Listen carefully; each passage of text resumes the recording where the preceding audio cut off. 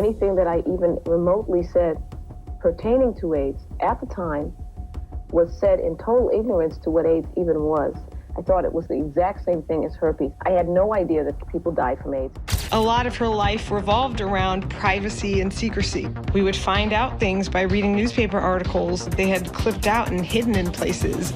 That includes Summer's claims of sexual abuse as a child. Story to Donna Summer's death, that she believed and told friends that she first contracted lung cancer from particles related to the 9/11 attack. What do you make of this?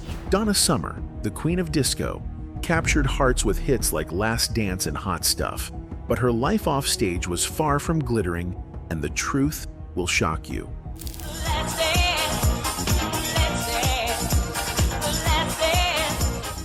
By the time she passed away in 2012, questions swirled about what really caused her mysterious death. Fans and media alike speculated about everything from toxic dust exposure to health struggles, kept private for years. Well, you know, she's not the only one, and this has been a subject of an intense study. As you probably know, Piers, people have been looking at this just last year, which was the 10-year mark. In this documentary, we dive into the highs and lows of Summer's life, her rise to fame, personal battles, shocking controversies, and the mysterious circumstances surrounding her final days. But you've been involved in everything, right? You've suffered from depression. Definitely. You were in an abusive relationship. Donna Summer died on May 17, 2012, in Naples, Florida, at the age of 63. The official cause of death was lung cancer, but almost immediately, the public began speculating about what could have caused it. Her family emphasized that she was a non-smoker, and they wanted to clarify that her illness was not related to smoking.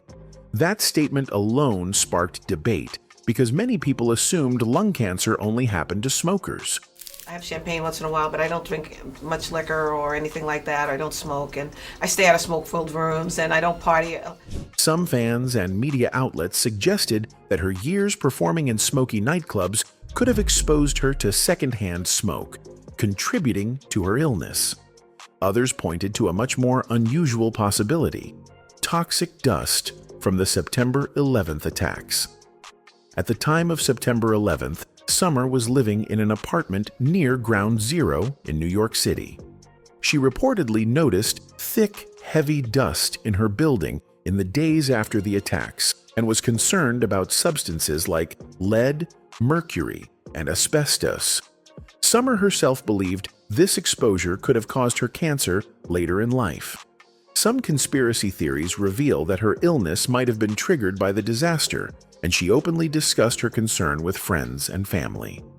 She believed and told friends that she first contracted lung cancer from particles related to the 9/11 attack. What do you make of this?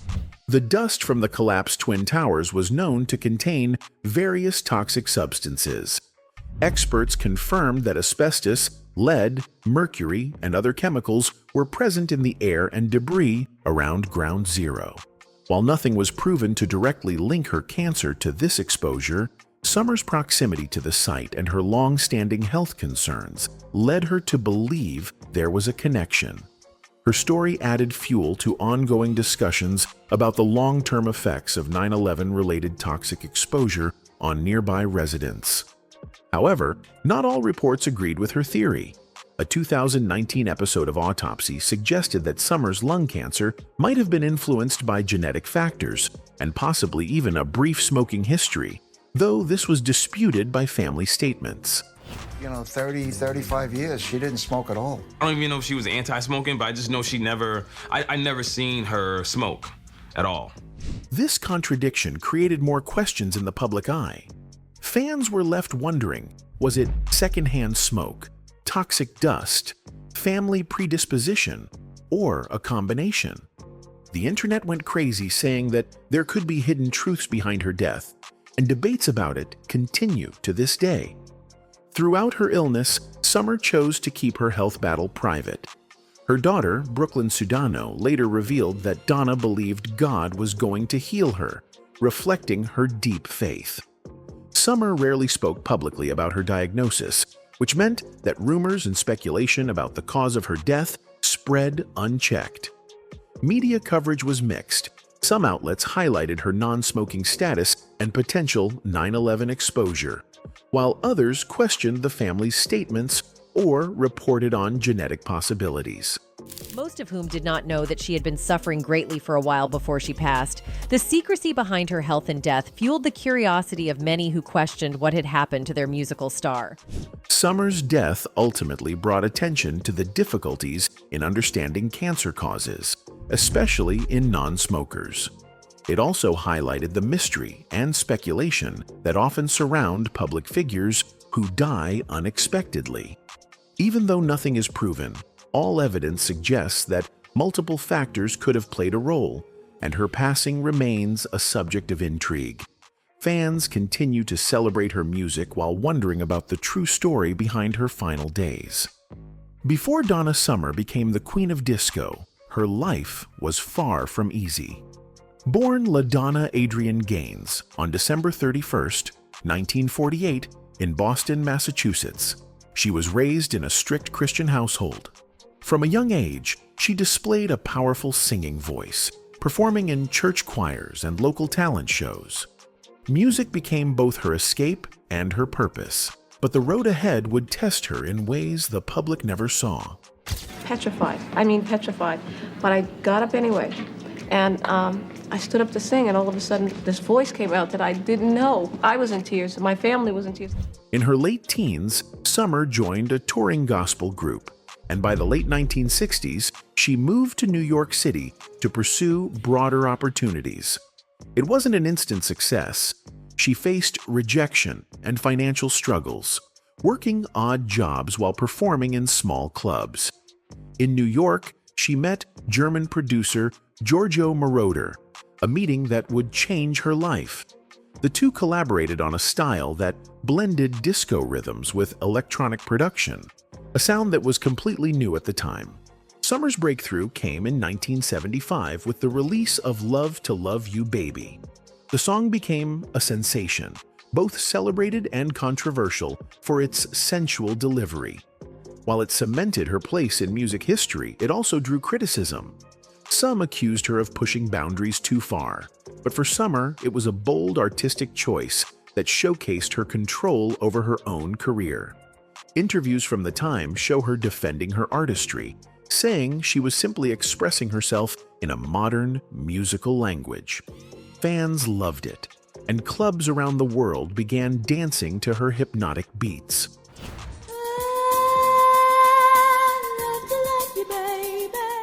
Her rise wasn't without personal challenges. As her fame grew, so did the pressures. The late 1970s were a whirlwind of studio sessions, worldwide tours, and constant public scrutiny. Reports suggest she struggled to maintain personal relationships during this period, and the intensity of the industry weighed heavily on her mental health. Some conspiracy theories suggest that the relentless pace of fame, combined with the nightlife environment she worked in, contributed to long-term health concerns later in her life, though nothing was confirmed. But you've been involved in everything, right? You've suffered from depression. Definitely. You were in an abusive relationship. Right? Summer also faced early controversies. In 1983, some fans believed she made derogatory comments about the LGBTQ+ community, suggesting AIDS was a punishment for homosexuality. She denied making these statements, and in 1991, she even filed a lawsuit against New York Magazine for publishing the rumor as fact. The case was settled out of court, but it left a mark on her relationship with part of her fan base. Interviews and articles from the time show her frustration with the misreporting, but she continued to focus on her music rather than public disputes. Despite these hurdles, Summer's work earned her multiple Grammy Awards and international recognition. Hits like Hot Stuff, Bad Girls, and She Works Hard for the Money demonstrated her versatility and ability to adapt to changing musical trends. Behind the glitz and the awards, however, she carried the weight of personal trauma and industry pressures that the public rarely saw. Her resilience during this period set the stage for the next chapters of her life, where personal tragedies and controversies would collide with her legendary career. Even early in her rise to stardom, Summer's story was one of contrasts: breathtaking success on stage, private struggles off it, and a life that the public would only partially understand. Fans loved her music, but behind the disco lights, she faced challenges that few could imagine, and these challenges would continue to shape her life for decades to come. Even as Donna Summer's career soared, her personal life was full of struggles that often stayed hidden from the public eye. By the late 1970s, the pressures of fame, touring, and recording began to take a toll on her mental health. Some fans think that the relentless demands of the industry contributed to her darkest moments. According to later interviews with her daughter, Brooklyn Sudano, Summer battled depression and, at one point, attempted suicide. She kept this private for years, never wanting it to overshadow her music. A lot of her life revolved around privacy and secrecy. We would find out things by reading newspaper articles they had clipped out and hidden in places. Beyond mental health struggles, Summer faced trauma from her youth. In the 2023 documentary Love to Love You, Donna Summer, she revealed that she had been sexually abused by a minister during her teenage years. The experience had a lasting impact, shaping both her personal outlook and her career choices. It's not confirmed, but all evidence points toward this trauma influencing her need for control over her music and public image. Fans watching the documentary noted how resilient she had to be to achieve what she did in the face of such hardships. And I think knowing that somebody that you maybe look at and admire has been in an abusive relationship, so like Tina Turner, and just chose not to die, not to go to that level, but I could have gotten killed. Summer also dealt with industry battles. Her relationship with Casablanca Records, the label that helped launch her career, became strained. She sued them for $10 million in the late 1970s, claiming breach of contract. The lawsuit was settled, giving her rights to her song publishing and releasing her from the contract, but it added to the stress she faced in her professional life. Later, Geffen Records shelved her 1981 album I'm a Rainbow due to creative differences, keeping it unreleased until 1996. Fans who discovered the album years later wondered how it might have changed her career trajectory if it had come out on time. Controversies weren't just limited to her record labels. In 1983, she was accused of making anti-gay remarks during a concert, including statements about AIDS being a punishment for homosexuality. The internet went crazy at the time, and many fans turned against her. Summer denied making these statements, filing a lawsuit against New York Magazine in 1991 for publishing the rumor as fact. The case was settled out of court, but the incident highlighted how quickly rumors could spread and impact her public image. And I want you to really hear me when I say this. I never said that. Some conspiracy theories reveal that even the environments she worked in may have contributed to her health issues later in life. Performing in clubs filled with smoke and chemicals, some fans believe, could have had long-term effects. While nothing is proven, all evidence suggests that the combination of stress, trauma, and occupational hazards created a challenging path that Summer had to navigate alongside her music career. Despite these controversies and personal tragedies, Summer's public persona remained strong. She continued to record hit after hit, earning accolades and expanding her influence across genres. Interviews and archival clips from the era show a woman determined to focus on her craft, even while juggling personal battles. Yet, behind the glittering costumes and disco beats, she carried struggles that shaped her identity as both an artist and a person.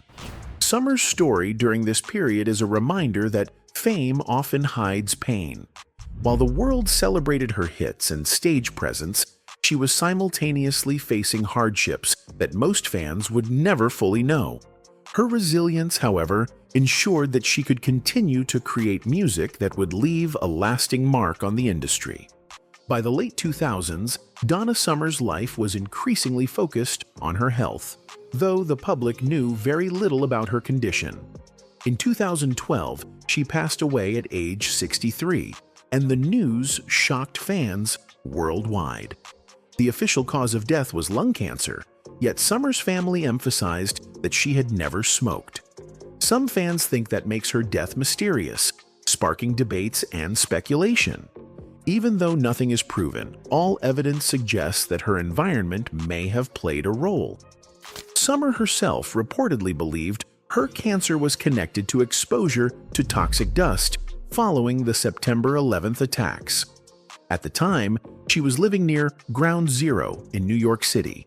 According to interviews and reports, she noticed thick dust covering her neighborhood in the days after the attacks. The dust contained asbestos, lead, and mercury. Summer reportedly complained about the fumes, saying she felt they affected her health. Fans watching clips from this period note that she was outspoken about the hazards, insisting that her illness might have been triggered by this exposure. Well, you know, she's not the only one, and this has been a subject of an intense study. As you probably know, Piers, people have been looking at this just last year, which was the 10-year mark. While some media outlets highlighted her belief in the 9/11 exposure theory, others offered alternative explanations. A 2019 episode of the show Autopsy suggested that her lung cancer could have been influenced by family predisposition or past smoking habits, though she was publicly a non-smoker. The conflicting reports fueled public curiosity. The internet went crazy with theories, and debates over the true cause of her illness continued for years. Some conspiracy theories reveal that her proximity to toxic environments might have combined with genetic factors to create the perfect storm, though it's not confirmed.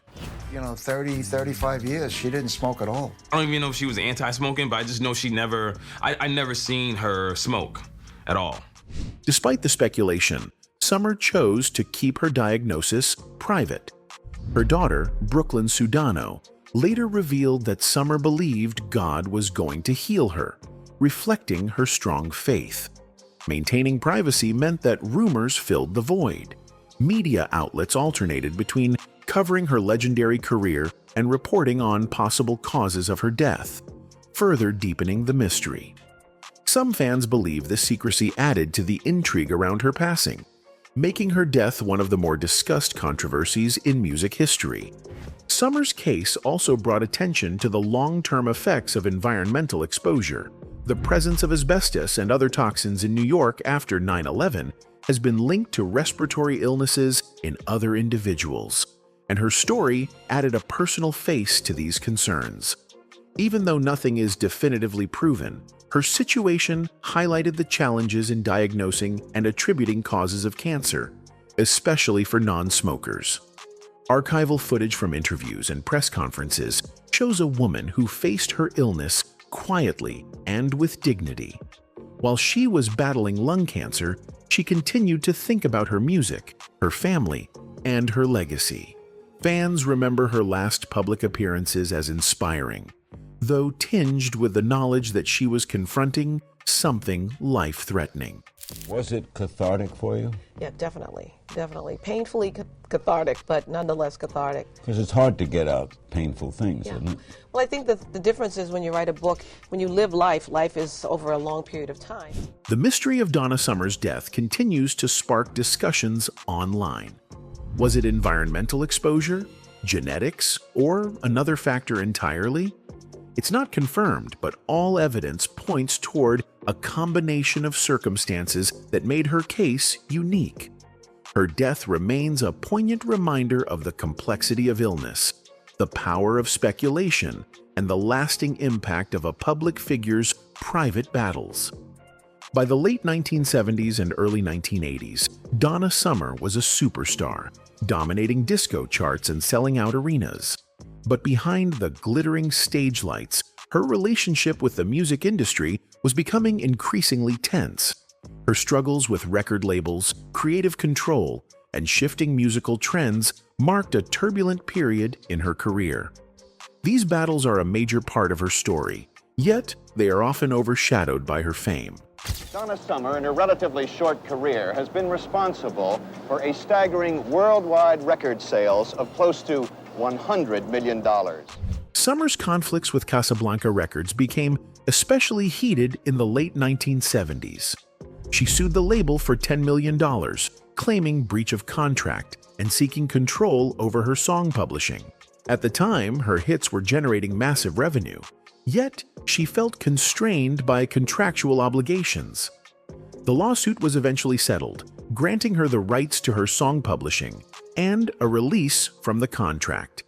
Even though the dispute was resolved privately, fans following the music press at the time recall the tension and speculation that surrounded the case.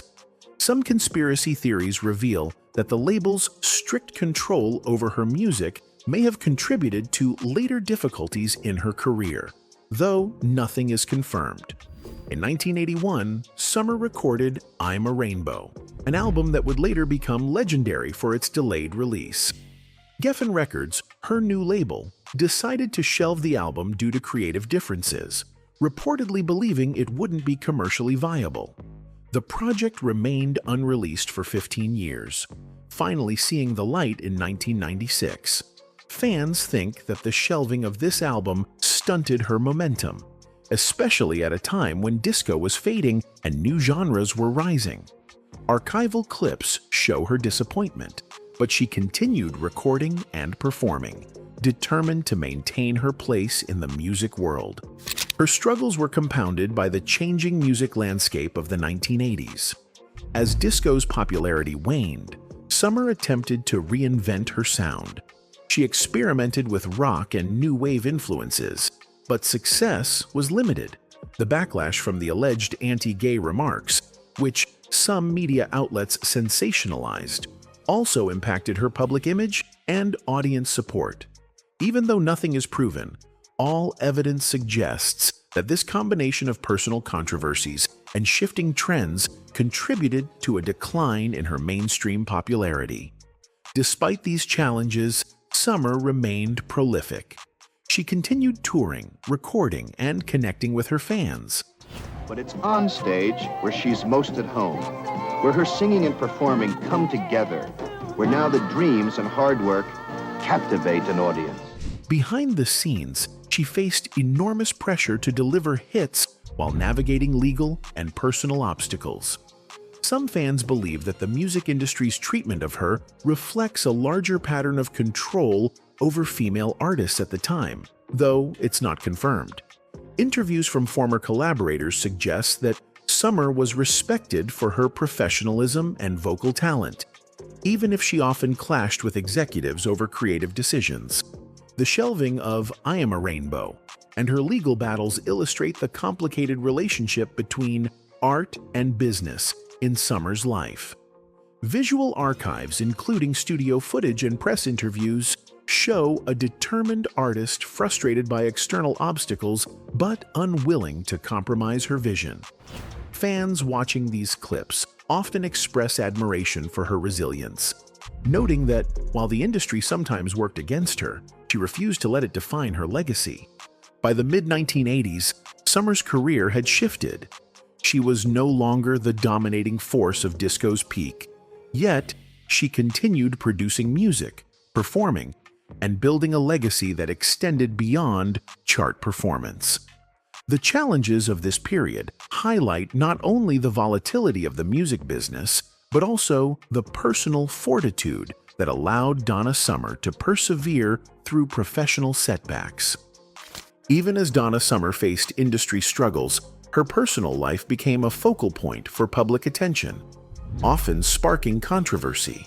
One of the most notable incidents occurred in 1983, when she was accused of making derogatory remarks about the LGBTQ+ community during a concert. Reports claimed she suggested that AIDS was a punishment for homosexuality, leading to widespread backlash from fans and the media. Anything that I even remotely said pertaining to AIDS at the time was said in total ignorance to what AIDS even was. I thought it was the exact same thing as herpes. I had no idea that people died from AIDS. Summer denied making the statements. In 1991, she filed a lawsuit against New York Magazine for publishing the rumor as fact. The case was eventually settled out of court for an undisclosed sum, but the incident left a lasting mark on her public image.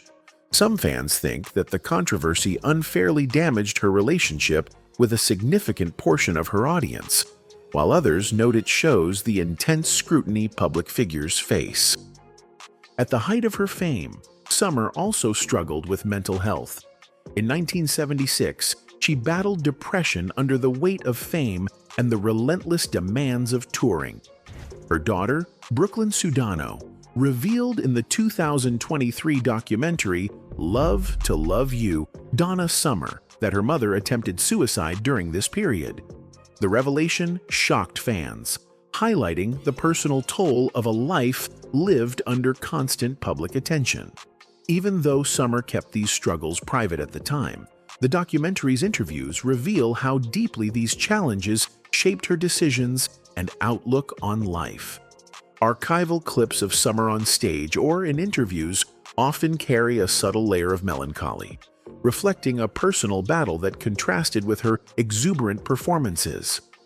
And I knew that if I would get heavily involved in drugs or anything, I probably would have committed suicide, because I don't think at the time I had the substance to sustain myself. Adding to her hardships, Summer disclosed experiences of sexual abuse during her teenage years. In the same documentary, she revealed that a minister had abused her, leaving a lasting impact. Though Summer rarely discussed this publicly, Brooklyn Sudano explained how these early traumas influenced her mother's personal life and professional interactions. Some conspiracy theories on the internet speculate that these hidden struggles affected her career choices and relationships within the industry, though nothing is confirmed. Summer also faced professional frustrations with her record labels, which overlapped with personal controversies. Her conflict with Casablanca Records and the shelving of the I'm a Rainbow album created tension not only professionally, but emotionally. The combination of legal battles, public scrutiny, and personal trauma made this a particularly turbulent phase of her life. Visual archives, including interviews and behind-the-scenes footage, often show a resilient artist navigating both external pressures and internal struggles, rarely letting the public see the full extent of her hardships.